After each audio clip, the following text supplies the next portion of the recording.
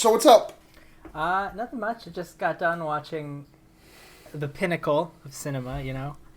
The best of the 8 Alien movies by far. Yeah, it's a good one. You know, there's 8, right? There's 4 main ones, Alien vs. Predator, those 2, and then there's also Covenant, but... Covenant and Prometheus. Yeah, and Prometheus, yeah. Covenant fucking sucks hard, though. Is that true? I've heard a lot of mixed things about it. Yeah, well, here's the thing. If you go into it, like, without being a fan of the franchise, it's probably alright. I still don't think it's great. But as someone who is really involved and really passionate about the Alien franchise, it was just god-awful for a number of reasons. Yeah, you know what, that kind of tracks, I guess. I never sat down and see it. Yeah, I mean... But... It's the only one that I wouldn't recommend. Like, if you're not... Really? Yeah, if you're not interested in it, like, there's really no point. Okay. The trailer, it looked good as hell in the trailer. Yeah, the trailer was cut really nicely, and I was pretty optimistic for it, and then my girlfriend and I went to see it, and it was bad. Oh, sure, brag about your girlfriend. Yeah, I will. Mine lives in Canada. You haven't heard of her. Well, one of them at least. So, yeah, you been up to anything this week? Anything cool? Not particularly. I'm mostly just doing a shitload of schoolwork, which is always just great. Yeah, because you're a baby, right? Yeah. Little babby? Yes. I am a little tiny Patrick. In college. Oh my god, you're so young. You got your whole life only 3 years older than you ahead of you. So what do you major in again? I'm a biology major. Okay, what classes are you taking? Well, the one that's really kind of kicking my ass is physics, which I have to take as a major requirement, and it's just a lot of work. Like, I became a bio major because I suck at math, and it's mostly just all math. So, yeah.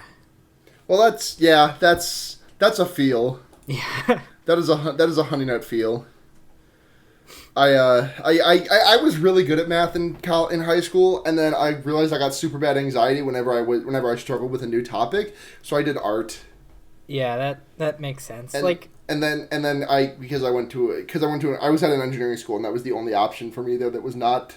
It was either art, business, or engineering. Yeah, I'm kind of in the same boat. It's an engineering school, so it's all either like STEM people or like... Where are you at again? I know you're local to me. RPI in Troy. Oh, yeah, you're right on my fucking corner. Yeah. Well, like 2.5 hours away, but yeah. That's not really that big of a drive, really. Yeah. Come on down. We'll do a live... Hey, let's put this podcast on hold. You drive on down. We do a live fear baiting. Okay, sounds good. I'll just hop in my car that I don't have. Okay, great. Oh, God. My week's been... Well, it's been pretty eventful, but I'm not going to air out my laundry. It's not dirty, it's just laundry. Okay. I went to Dave & Buster's last night. That was an experience. Well, that's always fun. Like, so for starters, the problem with Dave & Buster's was... I mean, they took us 2 hours to get us seated and eating. Like, we did not see food until like 2.5 hours into our stay there. Oh, jeez. So that was a bad start. And all the games on the arcade floor were like, it was like 50% midway games, 25% shooters, and 25% smartphone games put on a big screen, which is awful. Yeah. Like, oh good, I can play Subway Surfers, or I can play Temple Run on a big screen. They had, the biggest insult to me was they had an Injustice, set up, and I was like, oh shit, they got Injustice here. And then I realized, no, wait a second, that is a large screen version of the mobile phone game that existed for Injustice. Yeah, it was fine for a phone game, but for a phone game it was great. I would love to play, Injustice in an arcade cabinet. That would be awesome. Yeah. But they didn't even have any DDR. They had no fighting games, and they had no DDR. That's weird. Those are the two staples of arcades. Yeah, they had the knockoff DDR with the diagonal directions instead of the up, down, left, right. Uh-huh. Which, that is heathen's DDR, in my opinion. If that's your DDR, you're a coward. DDR is up, down, left, right, not up, left... bottom, down, left, that shit. It was Adam and Eve, not Adam and back left. And I also had a drink that was, it was Crown Royal apple whiskey, apple vodka, melon liqueur, and a little bit of Sprite. That sounds good. It was like the concept of a Manhattan, which is just like a bunch of alcohol mixed together, but it tasted good, actually. Which is weird. I'm not used to like cocktails tasting like good. But it was dangerous, and it was like the glass was rimmed with like the sour the sour salt that's on like Sour Patch Kids and shit. Oh yeah. Like, oh, it was good. It got me fucked up.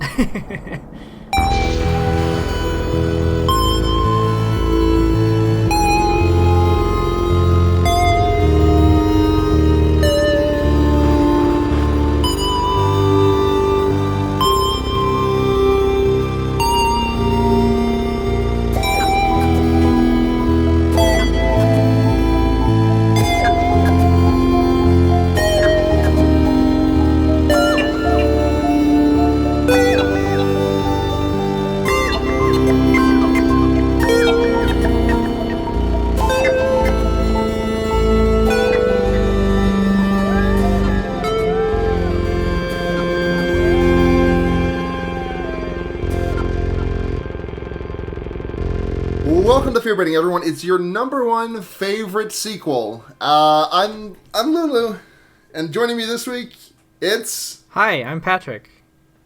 Patrick. Patrick, if you listen to our other podcast, Henry Kissinger's Pokemon Going to Die, you might have heard them there. Yeah. Patrick, tell us a little bit about yourself. We always like to have our hosts talk about, like, you know, how they got into horror and how they, like, you know, what their favorite kind of genre is. Like, the example we always bring up is Blair loves found footage. I love home invasion horror movies. What's your steez? So I'm really big into, like, creature feature movies. They're kind of what brought me into, you know, kind of like movies in general, I guess. Like, if it had a monster in it, I was on board. Yeah, that's good. Those are I like creature features. The Thing is probably like my top 3 favorite movies of all time. Alien original is like top 5. Right. Yeah. Like, and the other thing with them is, like, sometimes they're really, really good, and when they're not, they're really bad. There's not a lot of middle ground.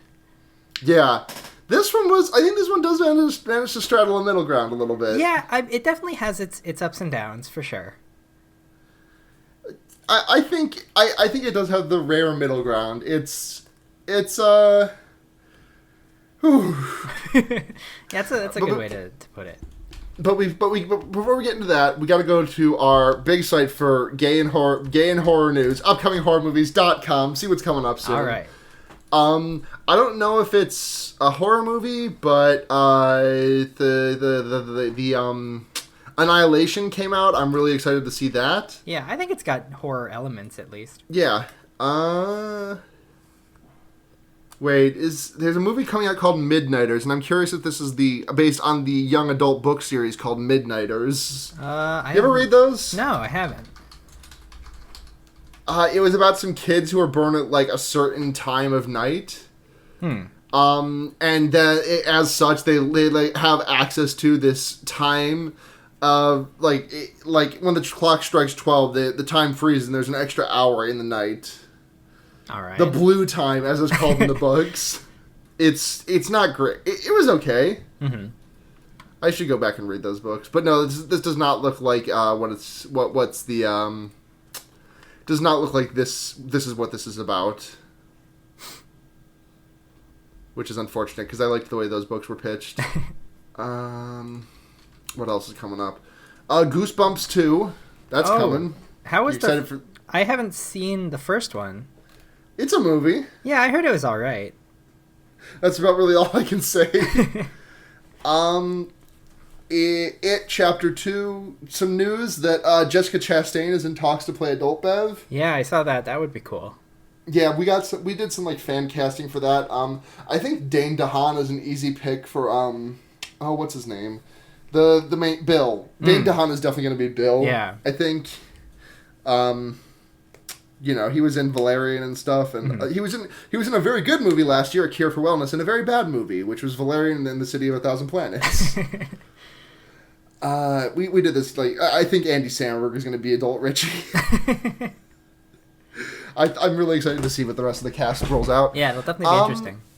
But that's upcominghorrormovies.com. Thanks for your... And there's no gay news this week, as far as I'm aware. Okay, well... Alright. So, let's get into this movie. Let's do it. So, aliens be resurrection. They do. They be resurrecting, for sure. Yeah. Aliens, C, resurrection. So we... Oh, how does this even start? This is a long movie, and I forgot exactly what starts. Is it just is it them testing? Oh yeah, someone smushes a bug that has a shitty alien CGI face. Yeah. And this part I actually didn't remember. For a second, I thought we were watching the wrong movie because I must have totally blanked this part out. And I've seen this probably like a dozen times. Wow, really? Yeah, I've watched it a lot because I usually don't really watch like one of the movies in the series. If I'm like feeling like a rewatch, I'll go through the whole way, which is a commitment for sure. Mm-hmm. Jesus Christ, that's 8 movies. Yeah. Do you watch all 8 of them, or do you just watch the first 4? It depends. Usually just like the 4 main series ones, but if I'm feeling ambitious, I'll go all the way. Damn. So yeah, we open with that, and then there's some scientists that are waking up. Ripley 8, I think it's the 8th. It's the 8th clone of Ripley, and it's like 200 years after the events of Alien 3. Yeah. And we got this whole colorful cast of characters, very much like what was the last movie that I watched like this? Event Horizon. A whole colorful cast. Yeah, a bunch of fun shipmates. Weird, quirky dudes, and they got a bunch of... There's one guy's quirk is that he's black. One guy's quirk is that he's in a wheelchair. One guy's quirk is that he's Ron Perlman. Yeah, for the listener, in case you weren't aware, this is a movie written by Joss Whedon, so if you can just imagine every Joss Whedon archetype, they're in this movie. Yeah. If you think, Firefly was a show, what if we made that deeper in space and less of a Western? Yeah. Here you go. Were there any black? Yeah, I guess Shepard was black. That's one. He was there. Yeah. Miranda Baccarin's not white. Yeah, I guess so. So Firefly has got the points in this contest. Yeah. So we've got a whole cast of characters. I'm just going to run down the list real quick. We got Ripley. We got Call. We got Christy. Yep. Christy, I think, is one of them. Yeah, we got the black Elgin. Guy. We got Perez. We got Wren. We got Jettiman. We got Williamson. We got Johnner. We got Hillard. We got DeStefano. We got Sprague. We got Vries. We got Purvis. Yeah. I think there's half those so guys many names. Are either the doctors who were on screen for 10 minutes or some military guys who just got owned. Yeah, they do very much get owned, but so the main cast is then it's Johnner, which is Ron Perlman. There's Christy, who was the photographer on CSI, the original CSI. Right. Call, who is a lesbian. Yeah, confirmed. Call is played by Winona Ryder, and spoilers, she's a robot. Yeah. Oh god, that was Winona Ryder. I didn't even really recognize the face. If I remember correctly, this was one of her last movies before she took the break before Stranger Things. Yeah. Well, she was also in Mr. Deeds. Oh, right, yeah. You know, the Adam Sandler movie? Yeah, of course. How could I forget?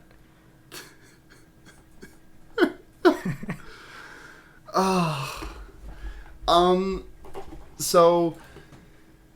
Yeah, we wake up Eileen 8, and she has some weird techno things that she she's a clone. She knows that she's a clone. There was some weird testing they're doing on her, and they hold up a picture of some chairs and what is this? And Ripley is fruit. Yeah, and they're very good. It is cherries. And they're wow, she's learning so fast.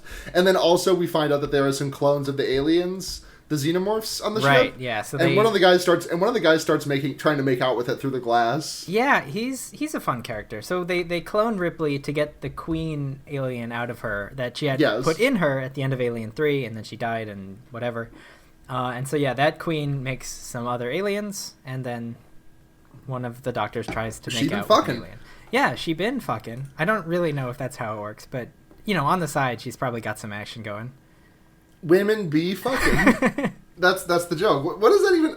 I say that joke all the time. What is that joke a reference to? Where did women be shopping even come from? I have no idea. I'm kind of in the same camp. Like, I reference it all the time, and I have no idea where it started. Let's Google it real quick. All right. It's supposed to describe the strange things that women do, and I have no idea where it spawned from. All right. This entry in Urban Dictionary is tagged #women, #shopping, #shopping, #idiot, #Sarah Palin, #George Bush, #teens, #Lil Wayne, #Waka Flocka.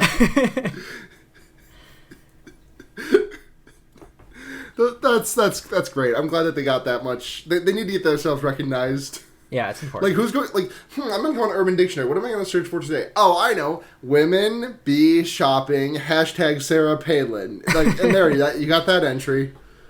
But, so, yeah, that's the etymology of women be shopping. So, a whole bunch of stuff just kind of happens. Like, people kind of meander around the ship. We learn a little about these characters. Yeah. Ripley does some sick basketball combat. She does. And that thing where she throws it over her shoulder and sinks it, that was filmed like real. There's no cinematic trickery going on. And I think, if I remember the story right, she did it like on her first attempt. Because Sigourney Weaver is just, a goddamn professional. I believe it. For Sigourney Weaver, I believe it. Like, the roof pizza, the roof pizza of the 1990s. Yeah. Where were we? I just lost track. Okay. I got a text message. So the Joss Whedon Fun Bunch shows up, and because now Ron Perlman starts being a creep to Ripley. Yes. And gets his shit pushed in. He's a big horny boy. Yeah, that's kind of his defining character trait in this movie, is saying gross things and saying dumb things. Yeah. Yeah. I think it's kind of charitable to call many of these quote unquote characters. Like, Call and Ripley are pretty much the only two. Yeah, like, everyone else is kind of like... The Christie has got, like, guns up his sleeve, and he cannot remove them from his sleeve. Yeah. Like, he gets commanded to drop them, and he does not do so. Right. And he cannot do so. Oh, and so then he shoots the ceiling and ricochets a bullet into that guy's head. Yep. He does that again later in the... Yeah. In the movie. He's very good at bullets. He's a bulletsmith. Yeah. It's unclear when it's, like, bullets and when it's lasers. Like, there's definitely some mixing going on. Mm-hmm. Yeah. Yeah, it's... That's just how bullets work. They bounce perfectly and maintain full velocity after, like... They move just like light. Yeah, exactly. Did you know? Yeah. Were you aware, Patrick, that they move just like light? That's it's a known scientific fact, for sure. Yeah, I'm glad we're on the same page about that. What was I gonna say? So yeah, everyone, the fuckle bunch comes aboard, and Call tries to kill Ripley, and then we get a very gay scene out of that. Yeah, there's definitely some tension going on between these two. Oh yeah, they be fucking. Yeah, I think also, like, interspersed in this, we see the captain of, like, the military vessel talk to the other captain, and it's revealed that they're bringing on, like, people in storage tubes so they can make more aliens. Yeah, they're making babies. Yeah. So yeah, they're making the alien babies, and Call is like, oh, we gotta kill Ripley, and then they find out, oh wait, no, the babies were in the space station all along. Ripley they don't need Ripley anymore. Ripley's better alive than dead. And then a whole bunch of stuff happens. Yeah. Okay. So let me think. What's first? Sorry, I'm going through this in such a scattershot way. No, it's fine. This movie kind of lends itself to that. I know I've been saying that a lot lately, but, like, this movie is very much a lot. Yeah, the order of operations doesn't really matter here. Yeah. I think the next, like, big thing is it when Call gets shot? Yeah. I think the next big thing is, like, the aliens breaking out. Yeah, they kill one of their kind because they know they have acid blood. Oh, and it also is revealed that Ripley has, like, alien powers in this movie. Yeah, she's got, like, spider sense. She's got spider sense. She has acid blood. But the Xenomorphs kill one of their own and use the acid blood to get out. Right. And then they get out. Yeah, and then... Starring Daniel Kaluuya. It's actually a sequel. Oh, that makes sense. Wait, is this like a pre-sequel to Get Out? Yes. Okay. So after the events of Get Out, Daniel Kaluuya went on to do... Like, actually, this, Black Panther, and Get Out all take place in the same universe.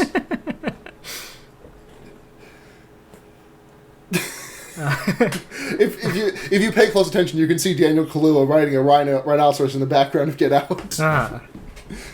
It's a very hidden image. I think the next thing is the military guys discover Call in Ripley's cell, and they round up her crew. Yeah, and they're like, you've been holding a terrorist, and then they all kill the crew of the Beth, the crew of the Betty, the Betty, yeah. Yeah, they kill all the soldiers, and they do a very good job of it. And there's the ricochet bullets and off the ceiling, and they're all really good gunsmen. Mm-hmm. And then yeah, so they take two of the crew of the Auriga is the name of the military ship, Ren and DeStefano. Yeah. By the way, the Wikipedia page does identify Vries as the one who constantly whistles, "I'm Popeye the Sailor Man." He does it like twice. Yeah, he does. He does do that twice though, which is enough for a character. Yeah, I guess it's a character trait, I'm sure. Yeah, whistles and weaponizes disability. Those are his things. He does very much use his wheelchair to kick ass, which is a very Joss Whedon thing. Yeah. God, you ever think that, like, given if you lock him in a room with a typewriter, Joss Whedon would eventually create Daredevil? Oh, maybe. I mean, like, the thing is, these movies are about, delicate topics like motherhood and sexual assault. And if there's one man I trust to handle those, it's Joss Whedon. Joss Whedon I trust with my life. Yeah. I mean, like, there's a character in this movie who only exists to have sexy feet, and that's it. Like, she's not even in most of the group shots. She's there. Yeah, not Call. Hillard. What's her name? Hillard. Yeah. Damn, she a mercenary. And she got feet? I mean, she does. She is a mercenary, and she do got feet. She do. That I'm gonna say that at work on accident one of these days. Just be like, damn, he a contractor, and he got feet? And, like, I'm going to get immediately shot in the head. Well deservedly. So yeah, they find the lab, and there's a failed there's Ripley clones. Yeah, so Ripley is Ripley 8, so clones 1 to 7, and they're all like weird test tube fetuses. Yeah, and they're all like dead. Yeah, and they all suck. And 7 asks Ripley to kill her, and Ripley's like, yeah, okay, sure, and burns her the fuck up and euthanizes her and immediately murders the whole damn thing. Yeah, she I think this is kind of like one of the iconic scenes from this movie, like the Ripley clone room experience. Yeah, I actually saw a clip of this movie when I was a kid, and it scarred me for life. Yeah, me too. I think I can't remember how old I was the first time I watched this, but it was like probably a little too young. And this sequence in particular is a little ugh.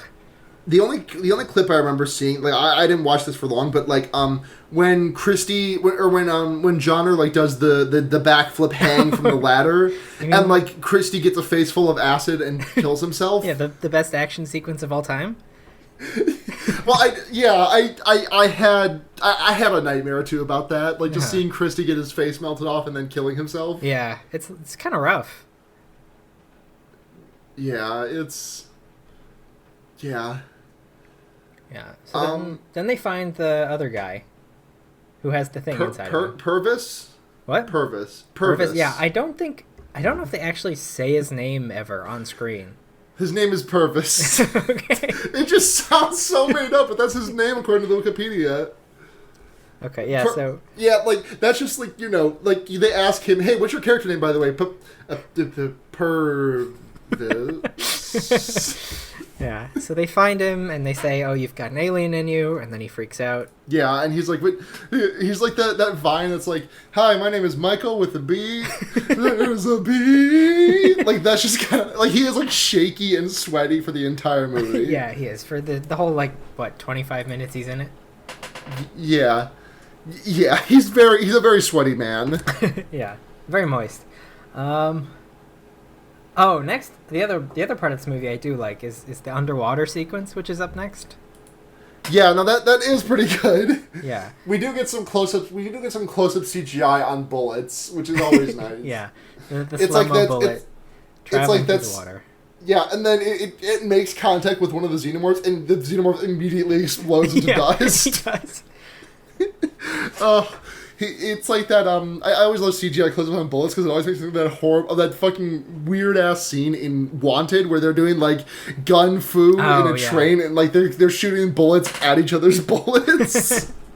That movie is something. Yeah, and I mean, I think for the most part, this movie, it doesn't lean too heavily on CG. Like, it's definitely there, but there's a lot of really neat looking practical effects stuff too. I'm always a big fan of practical effects, but like, I just like, I understand using CG when you need to, but like, I don't need to see CG of like a bullet ricocheting. Like, that's you can just tell me it ricocheted and I'd be fine with it. Yeah, I mean, that's another problem I have with Covenant a lot, is that the whole movie is entirely CG, which I mean is kind of a product of like how movies get made today. But also, like, if they threw in a couple really neat alien like animatronics or puppets or whatever, it would have been a much better movie. Yeah. Yeah. More practical effects in movie. When's the last time a movie actually did use like practical effects in it? Is it like a dying art? Because like the masters of it are all like retired. Yeah, it definitely is fading away. The last like big news about it I remember is in Force Awakens, like the bar scene is not entirely, but a lot of practical. I think I don't know about Last Jedi. I think a bunch of it was also practical, but you know, when you're doing aliens, sometimes it's just easier to make a computer do it. Yeah. Yeah. So is this when we get to Call getting shot? Yeah. So they climb out of the water and they blow up the alien nest. Yeah, they sure do that. Yeah, and then they climb a ladder and Call gets one in the chest from Ren. Yeah. And then they're like, no! And I'm like, talking about lesbian bad death. And then she comes back like 2 minutes later, and I'm like, oh, replicant. Yeah. Surprise, she's a robot. She's a replicant. What have you done? That's a good song. If Matt listens to this episode, he'll be very happy that I made that joke.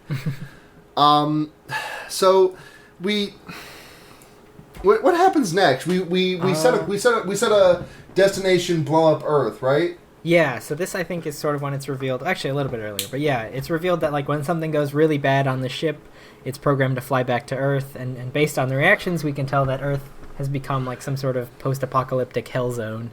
Yeah, and it can't survive with the xenomorphs on it. Right, yeah. I guess that yeah, I think what was like meant to be is that like, oh, we can't let these monsters get back to Earth, they'll kill everybody. But then when we see Earth later, it looks like everyone's pretty much dead already. Yeah. Bit of a bittersweet ending there. Yeah. Yeah, so I think the next thing is, Ren escapes, the crew finds out Call is a robot, and then they get mad about it. Yeah, they call like a side. Hey, can you process this, robot? Yeah, they robot lady. They do a bunch of weird robot racism at her for a little while. Yeah, that's how you. In a post-racial society, you need to show these people are bigoted somehow. Right. Yeah. Oh God, you know what I was thinking when I was watching this movie? What? I wish I was watching Jason X. Because like this was definitely a fun ride, but it just made me miss Jason X, which is my absolute favorite. It's the best worst space horror movie. Like if I'm gonna watch like a kind of a crappy cheesy space horror movie, I really want it to be Jason X. A dude gets decapitated in virtual reality, and then like a minute later gets decapitated in real reality. You die in the game, you die in real life. Both by Jason's hand. They actually lock a door like behind them when they're all scrambling through it. And they're like, wait, where's Chapman? And then they hear a bunch of screaming and he gets thrown through a plate glass window. The movie is perfect. A dude's arm gets cut off and he's just like, aww. Oh, God. Okay. I think next is the next Ripley Call lesbian scene. Yes. Which is the oh fuck, what is it? When Ripley finger bangs her? Yeah. So like her open wound? Yeah, call Jackson to the computer on the ship to like get them away to their ship, and Ripley puts her fingers in her bullet wound. And it's definitely horny. Yeah, this isn't a subtle franchise. Like from day one, it's always been like, do you get it? Really hard. Like, oh, our monster's a big dick. Haha. What is the chances? Like, I mean, it kind of eschews the original because like there was a lot of. I mean, it was very obvious in the first one. Like, the whole AI being named Mother in the first one. The control center looking like a womb, very obviously. Right.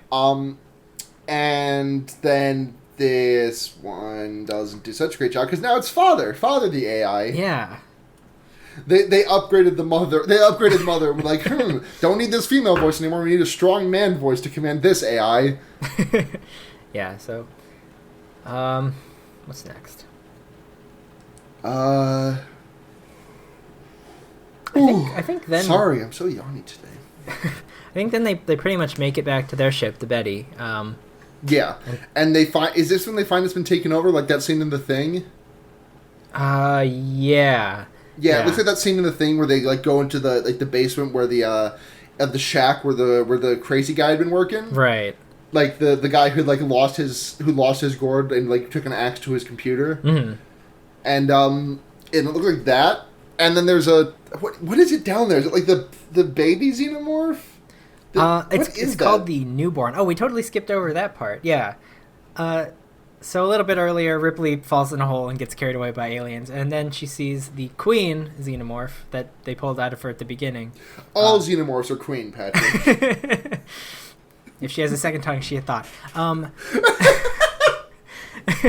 Yeah, and so the doctor, who is still alive somehow, gives us some narration saying, oh, the queen is also part of you, Ripley. And then the queen gives like a live birth to the newborn, which I think is a really great creature design.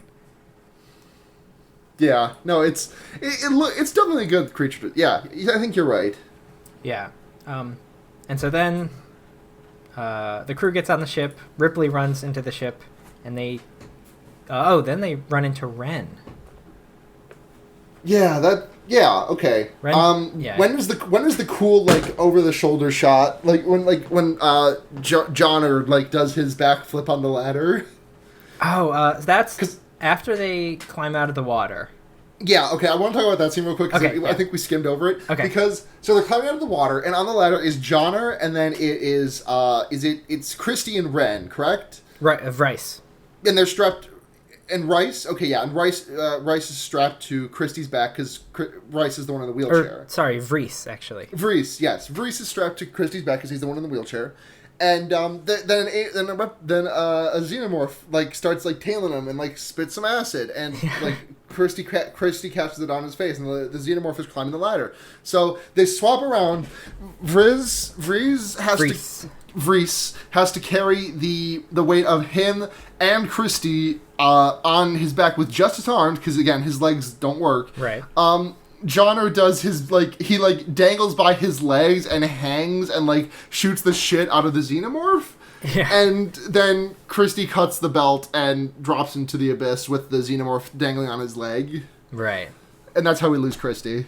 Yeah, which kind of sucks. Like he was one of the capable characters here. Yeah. What are you gonna do? Well, I mean, I guess that's what you get for being a black guy in a horror movie. Mm-hmm. Anyway. So where'd we leave off? We jumped back a little bit. Right. So we're on the Betty, and we meet the baby. Yes, the baby's there. Which is when this entire movie just reveals itself to be a Metroid. Other M fan fiction. Yes. Yeah. That's the one. I couldn't think of the one. There's definitely some parallels to be drawn for sure. Yes, it's canon. It's 100% canon. Yeah. So Ren ambushes them on the ship, and he threatens to kill Call, and then Purvis does, in my opinion, the best death in this movie. Which is? So the alien inside of him starts trying to break its way out. Purvis is like, all right, fuck this. So he gets up, charges Ren, beats him up a little bit, and then basically just holds his head in front of his chest.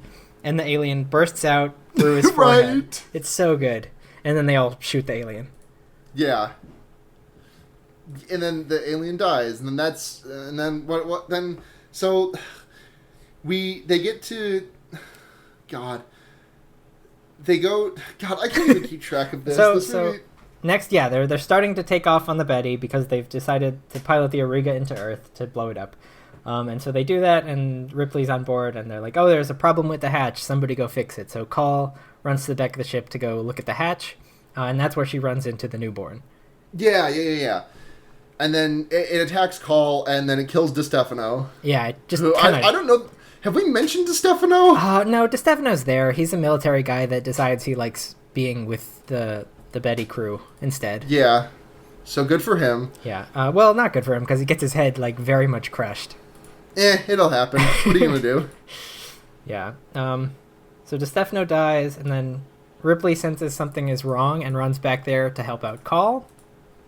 And finds the newborn, and she's like, oh, it's my baby. And the newborn is like, oh, it's my mom. Yay! And they kind of just, touch each other's faces in the ship for a little bit. And then they kiss. Yeah, I mean, they don't... I think they're basically making out. Then they start making out. Yeah. And so Ripley's like, well, I gotta do something about this. She has a cut in her hand, and as revealed before, she has acid blood, so she, flicks some at the porthole. Yes. And it melts, and there's a hole, and, space and whatever, so there's a vacuum. And the newborn gets sucked against the window first, and it kind of looks at her She sucked me through my window shorts. Yeah. So, the newborn it's a very expressive puppet, which I love about it. Yeah. You can definitely tell that it's, feeling emotion. And so it's like, oh, I feel betrayed. And Ripley's like, sorry, I had to. And then this is some interesting effects work. Wait, hold on. Sorry. Happy Weed Minute. Oh, Happy Weed Minute. Let's just get up in the PGOT Discord. Yeah, okay. Happy Weed Minute. Send the message. Okay, now that we've done that. Sorry, you were saying this is your favorite something? So the newborn is sucked on the window, and then it gets absolutely ruined as it gets pulled out into space. There's an implosion scene, and on the other end of the window there's an explosion. It's just gore flying into space. Yeah, it's great. Yeah, it's gnarly. And then but it's fun. The funniest thing to me is that we see both of its feet very clearly on the way out. Yeah, Joss Whedon getting one more in there. Joss Whedon and Quentin Tarantino would be very good friends. Oh, that would.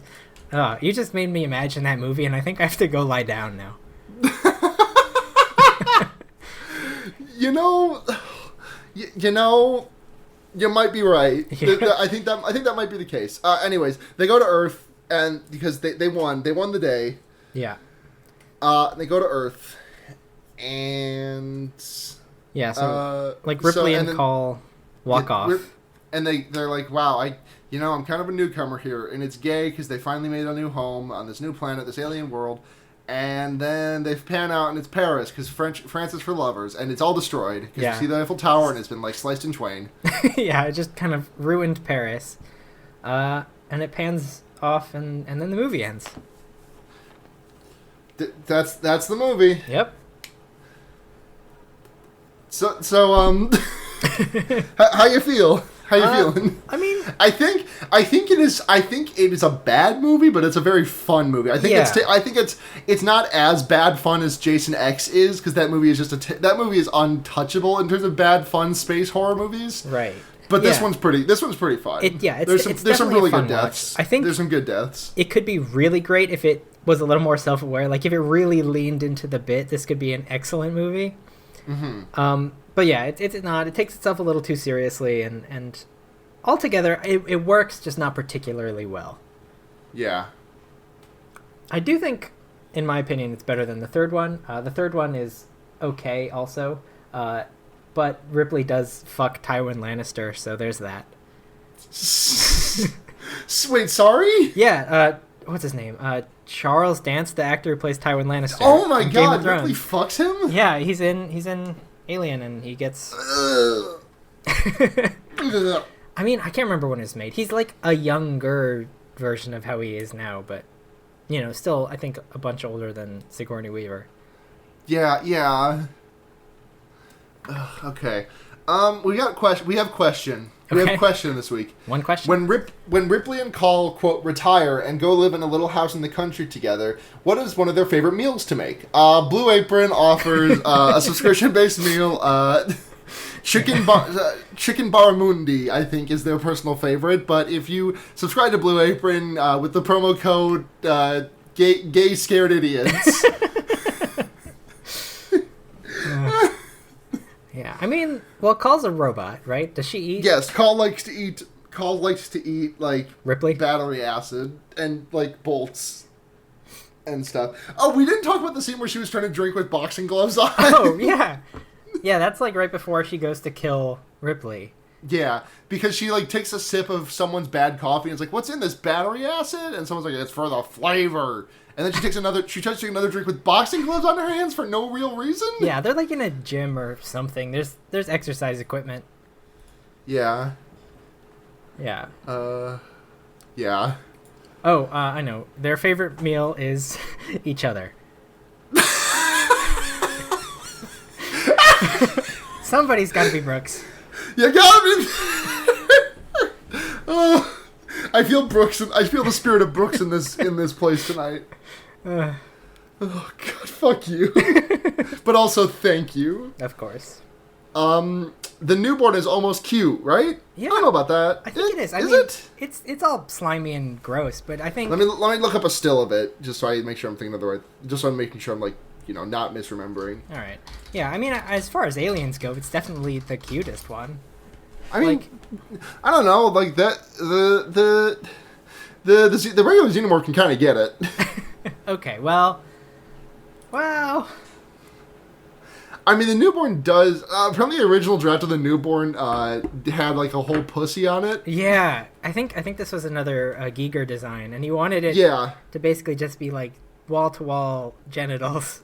In the pussy. Well, what I'm looking at right now is it looks basically like the newborn, except for it also has a pussy on its stomach, but then it has a dick hanging out of it. It's There's some very psychosexual elements. I mean, that's Giger, though, right? Like, right? That's his whole thing. Yeah. Cal is a perfect cinnamon roll. I'll agree with that. Yeah. That's gonna do it for questions this week. All right. Good one. What do you want to? We got recommendations now, though. Oh, I didn't prepare for this. What have I been doing? I've been playing a lot of Overwatch because that's all I ever do. You on PC? Yeah, on PC. Oh yeah, add me. We can play. I've been getting back into Overwatch. We're already friends. Are you just PG 1497 over there? Yeah. We are not friends. Oh. Okay. Yeah, I'll fix that. Yeah. Okay. Overwatch is good. Tell us about why it's so good. What's so fun about it? I mean, I bought the game because I love like everything about Zenyatta. He's my main. I've put, several hundred hours into him. It's great.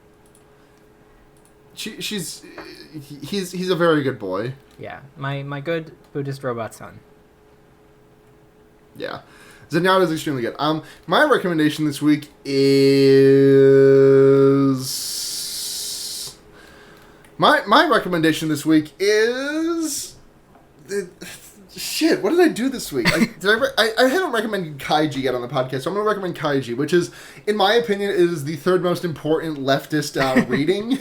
It's like it's the Communist Manifesto, it's Das Kapital, and it's Kaiji. Kaiji is a show about how evil the rich are, and it is from the perspective of some down on his luck deadbeat gambler with a sick ass bomber jacket. And the first season, half of it is rock paper scissors and half of it is Old Maid, and both ends of it are absolutely enthralling. And then there's also a part in the middle where they have to cross a bridge and not fall into like crossing a little iron girder that's like 49 feet in the air, and it's fucking awesome.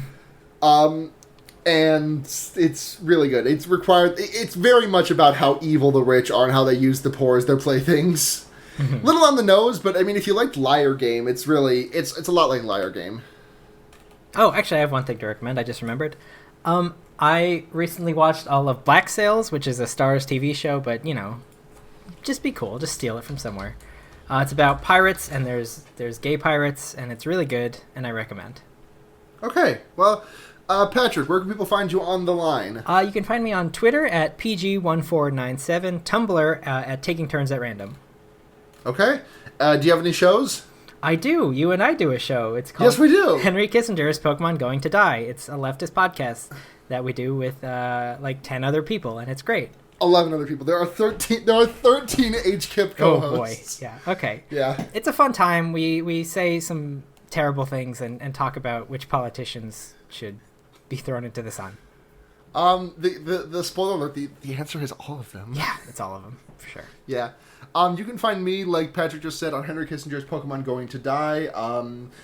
You can also find me at the sister podcast of this one, the Wonder Years, where frequent guest of this show, Seda, is joining us to talk about the show, because it's a bad show. But it's a really good. I think the podcast is really, really good, right? I mean, that podcast is always great, no matter who my co-host is. But it's really fucking fun right now. Yeah, I'll vouch for that. It's a good show. It's fast and loose, and the episodes are a little bit shorter. So, like, if you were like the hour and a half that we got into with the books, that was a little bit too much for you. These are like 40-minute or so episodes, so easily digestible. You can also find me on Twitter at Chie Shadonaka or Tumblr chiesatonakas.tumblr.com, and I think that's gonna. Oh, you can find us at fearbaiting.tumblr.com or fearbaiting@gmail.com, and we'll be back next week.